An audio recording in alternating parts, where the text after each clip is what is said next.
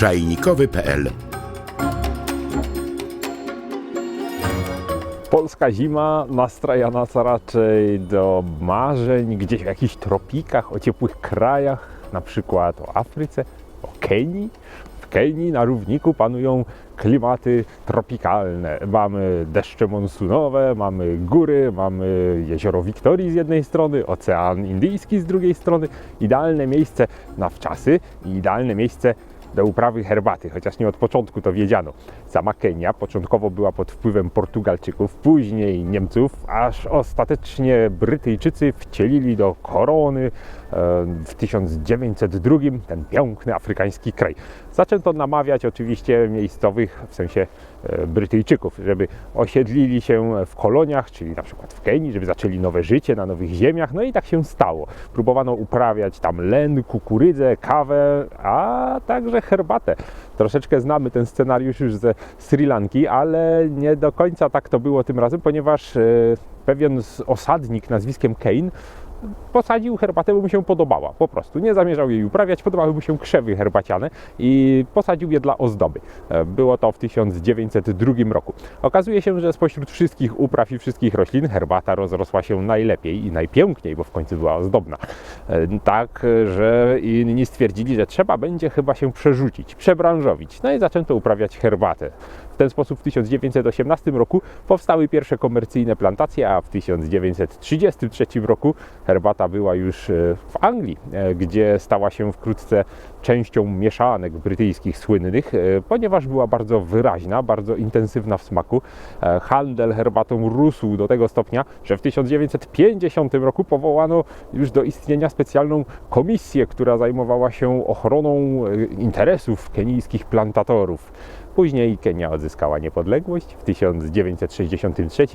Kraj ciągle promował rozwój branży herbacianej do tego stopnia, że teraz Kenia jest trzecim największym eksporterem herbaty na świecie, produkując 430 milionów ton rocznie około. Najwięcej herbaty uprawia się w okolicach gór, ponieważ klimat równikowy, tropikalny to nie jest do końca coś, co herbata lubi, ale z nad jeziora Wiktorii unoszą się liczne opary wodne w postaci chmur, które z kolei zderzając się z górami powodują intensywne deszcze, co już sprawia, że herbata zaczyna czuć się swojsko.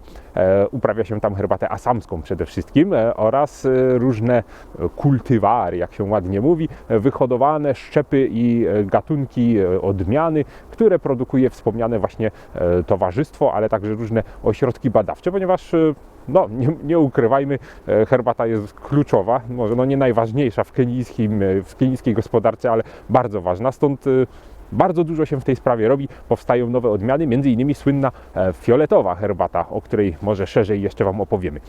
Sama herbata uprawiana jest również na stokach gór, w tym słynnej góry Kenia oraz w okolicach większych miast, gdzie swoje plantacje mają wielkie korporacje. Okazuje się, że międzynarodowe firmy wykupują ziemię i zakładają własne uprawy. Do tego miejscowi uprawiają również swoją herbatę, którą noszą do skupu, gdzie fabryki je przetwarzają. Herbatę robi tam każdy, kto tylko może.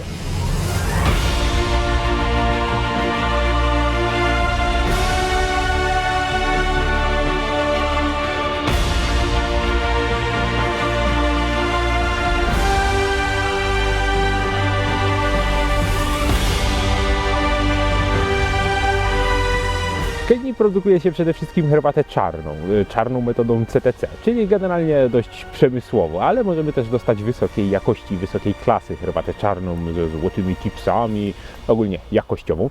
Robi się nieco białej, nieco zielonej, no i słynną fioletową. Jeżeli chcielibyście się do Kenii wybrać, pooglądać plantacje, to oczywiście zbiory odbywają się tam całorocznie, jak to przy tropikalnym klimacie. Ale najlepsza herbata pochodzi z stycznia i lutego oraz później z końca lata, czyli gdzieś z sierpnia. Warto się wybrać właśnie do podnóża góry Kenia albo na wyżynę Kisii, ewentualnie do Nandi, względnie wokół miasta Kericho. Stąd i tak prawdopodobnie będziecie musieli się tam przedostać z nad oceanu. Niemniej cały właściwie zachód kraju jest skąpany w herbacie. Na pewno coś znajdziecie. Tymczasem nasza jest już gotowa.